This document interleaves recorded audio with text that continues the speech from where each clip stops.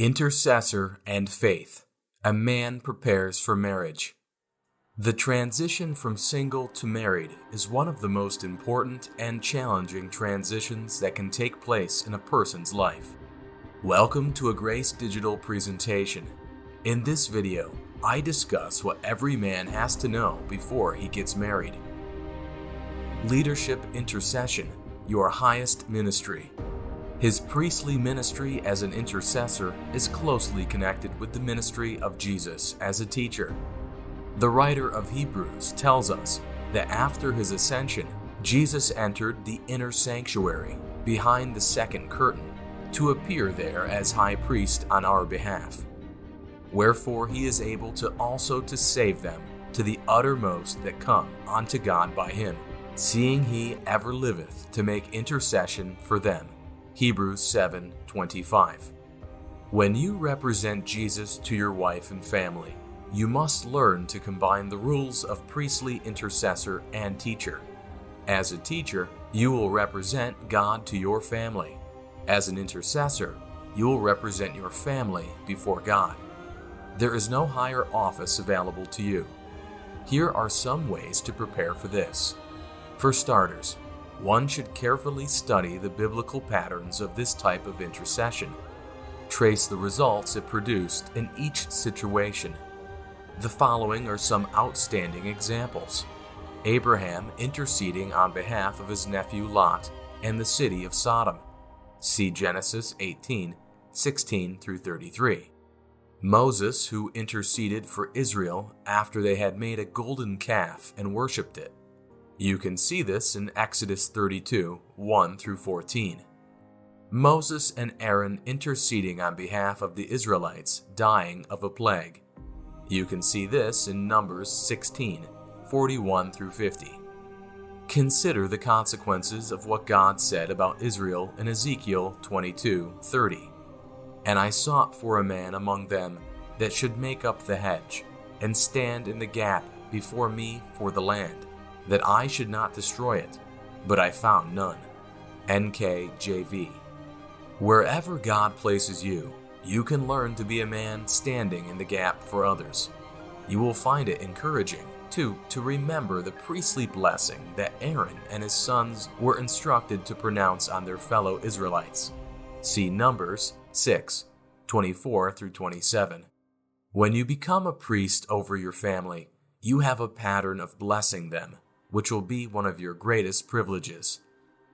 The second way to prepare for the role of priestly intercessor is to cultivate a regular personal life of prayer, if you have not already done so. Be systematic. Dedicate your best time to it. Ask God to place in your heart the persons for whom He wants you to intercede. These may be members of your family or church, colleagues, or other employees. You should also include God's ministering servants who have helped you and are likewise helping others. It is often convenient to draw up a list of the people for whom you pray regularly. Take personal responsibility before God for them. Thirdly, you regularly participate in a kind of prayer meeting.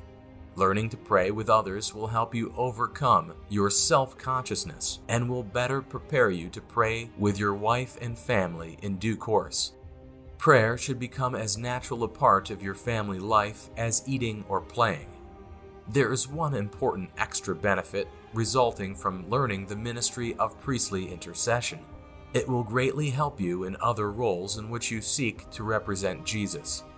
Indeed, your success in the service of prayer is likely to determine the extent of your success in these other areas. Your role in practical terms. The best summary of your responsibilities as a representative of Jesus in your house is contained in the concept leadership. What does this say specifically about your role? Let me answer another question. What is the function of a physical head in relation to the rest of the body? It takes three forms: receiving input from every area of the body, making decisions, giving direction. Every part of the body has the right to communicate with the head, but the head is responsible for absorbing the information it receives and then taking appropriate action. Apply this simple illustration to the role you will fill as head of your house. Firstly, we must be open to the communication of every member of the family, to every need, every injury, every pressure, every creative or constructive idea. Secondly, you need to be able to process all this information and decide what action the whole family should take. Although you get suggestions from each member, your decision must be best for the family as a whole. Third, having made your decision, you must initiate the action by the members of the family required to carry it out.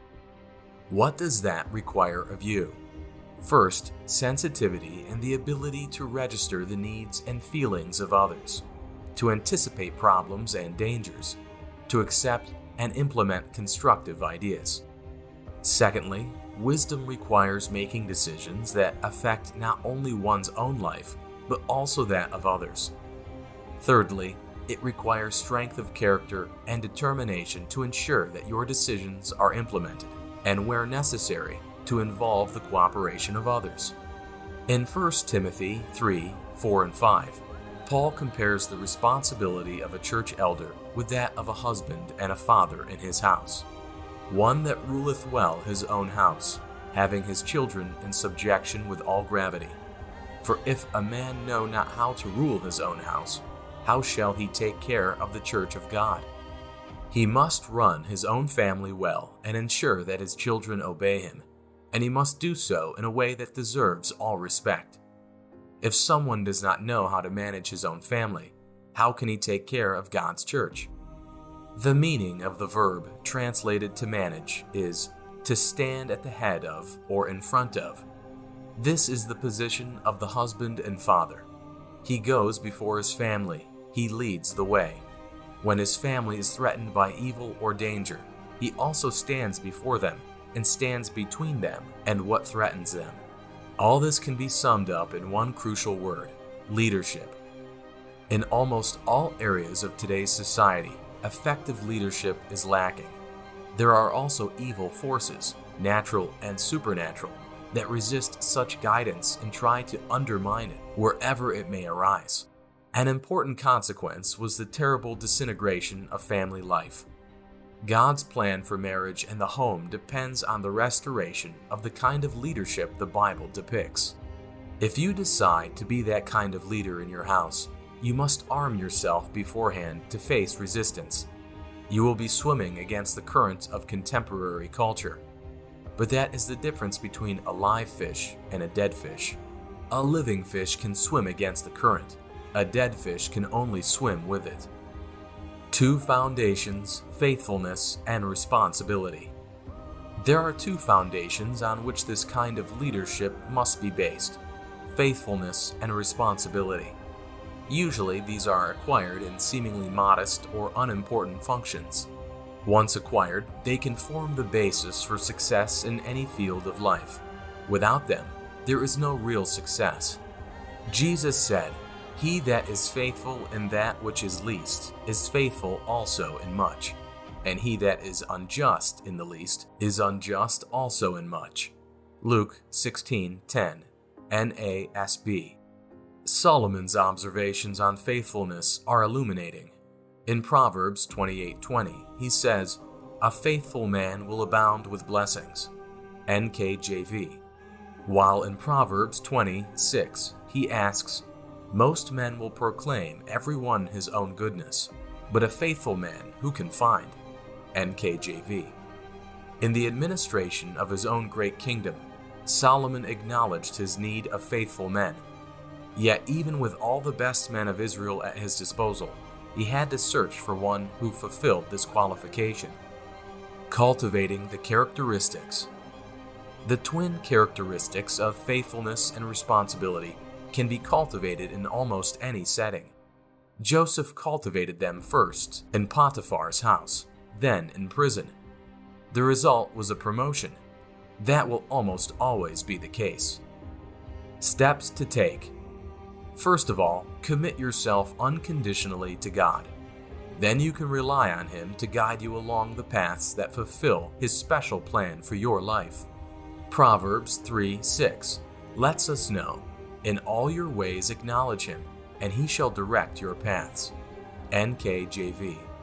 Secondly, consider every situation you find yourself in to be specifically arranged by God to train you and develop an aspect of your character or personality. You may find yourself in some unexpected or uncomfortable situations, but do not complain. Remember Joseph in the prison.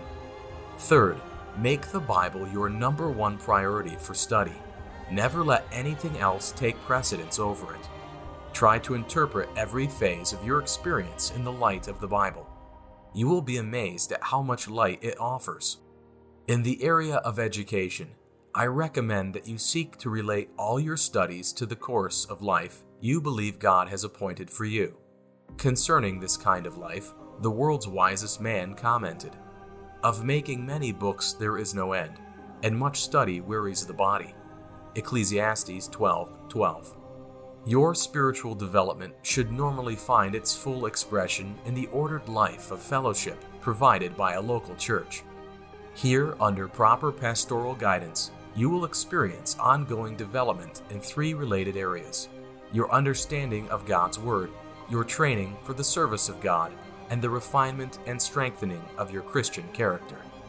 In the same process that makes one a man of God, that the man of God may be perfect, thoroughly furnished unto all good works, 2 Timothy 3:17, will also prepare you for the headship of your home.